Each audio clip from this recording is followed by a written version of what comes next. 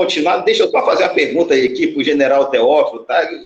Eu tinha contado para o senhor, general Heleno, sobre a quantidade de informantes e desinformações na rede e tudo mais.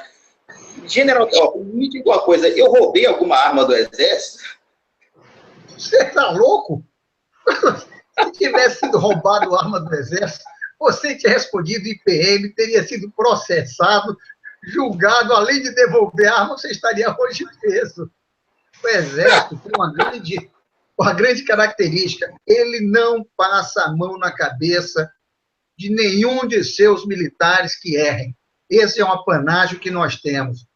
Qualquer militar, do posto ou graduação que seja, se ele errar, ou houver suspeita de erro, você sabe isso tanto quanto eu, abre-se sindicância, nomeia-se um sindicante, se houver alguém envolvido mais antigo, muda o sindicante para sempre ser um mais antigo, passa-se para a IPM se houver indício de crime, encaminha o IPM para a Procuradoria Militar, para a nossa CJM, as diversas circunscrições de Justiça Militar, que os nossos procuradores, que não são militares, também não passam a mão na cabeça de ninguém. Então, a pessoa dizer isso é um desconhecimento total da realidade do Exército Brasileiro. Essa foi a Muito pergunta. obrigado, general. Durval, essa foi a pergunta, eu já estou introduzindo porque está de acordo com a conversa, da Simone Reginato. Ela diz: capitão, fale sobre os falsos líderes que mentem, dizendo que são amigos dos generais, utilizando e tirando fotos para tentar credibilidade, pedindo assinaturas pela intervenção militar e te acusando de mentiras. Outra coisa, generais, essa é uma pergunta simples também. Exército alguma vez pediu para fazer abaixo-assinado, para fazer qualquer coisa? Que eu me lembro, isso não está escrito em lugar nenhum. E nem é legal, nem seria legal, porque não está escrito. Não, isso aí está fora de cogitação também, né? Já houve tempo em que o Exército tinha uma participação política.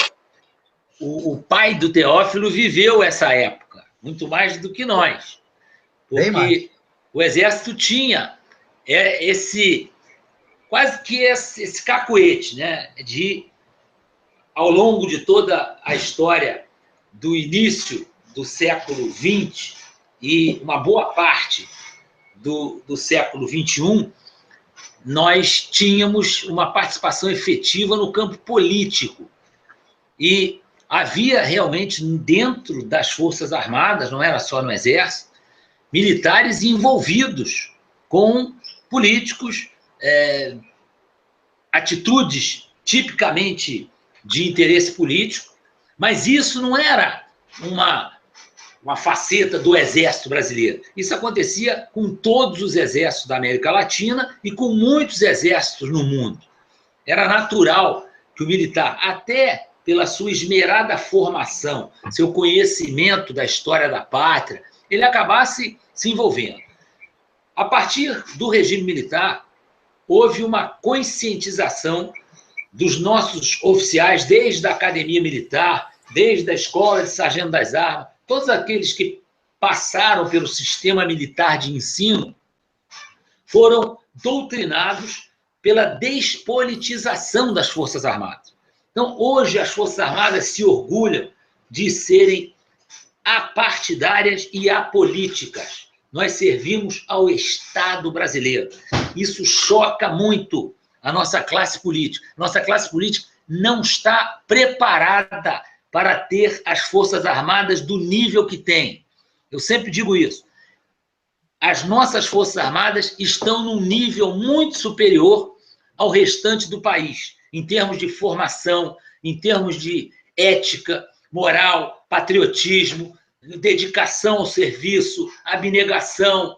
Então, isso nos faz uma elite, e elite no bom sentido, não é elite, é uma elite no bom sentido, é uma elite que se comporta de acordo com a formação que lhe é proporcionada pelo Estado. A nossa formação é bancada pelo Estado. Nós somos extremamente bem informados com o dinheiro do povo brasileiro. Então, nós temos obrigação de retribuir, sendo apolíticos e apartidários, e trabalhando pelo interesse do Estado Nacional. Isso hoje é conscientização de todo o Exército Brasileiro, do cadete ao general de 4 estrelas. E nós temos certeza que esse é o procedimento correto das Forças Armadas num país. Por isso, elas são a grande arma na mão do Estado para a sua defesa, para defender-se, inclusive, dos seus inimigos internos. Então, isso é uma coisa que o Exército adquiriu, principalmente após o regime militar. Eu vou concluir dizendo o seguinte: uma utopia. Você imagina se o Exército precisaria de baixo-assinado para tomar alguma atitude? O Exército tem um alto comando, cujo general Heleno está aqui com a gente, fez parte, que estuda profundamente a conjuntura nacional, baseado na estrutura nacional, e sabe como e quando deve agir. E nós estaremos sempre agindo em prol do povo brasileiro e dentro da lei. Então, para a gente saber a opinião do povo brasileiro, não será através de baixo-assinado. Que coisa sem lógica é essa, dizer que o Exército precisa de um baixo-assinado para vir atuar? Nós temos um comando que se reúne, que traça diretrizes estratégicas, que tem inteligência, que capta todos os detalhes, anseios, e estuda isso para levar ao alto comando o que está se passando. Então, ninguém precisa de baixo-assinado. Nós poderíamos intervir sem ser pelo artigo 142, no caso de uma guerra civil.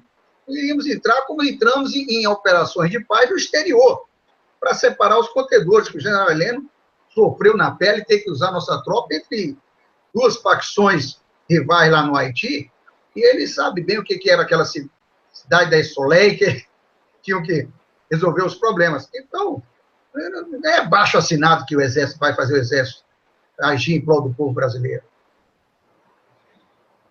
Assim, no caso, inclusive, eu tinha comentado até com o senhor sobre isso, que nós, das Forças Armadas, das 3 forças, nós nunca vamos fazer nada ilegal sob o preço de sermos igual aos ilegais, à esquerda que está nos destruindo. Então, nós vamos ser dentro da lei. E dentro da lei é a garantia e a segurança que o povo tem, que nós estamos sempre ao lado deles.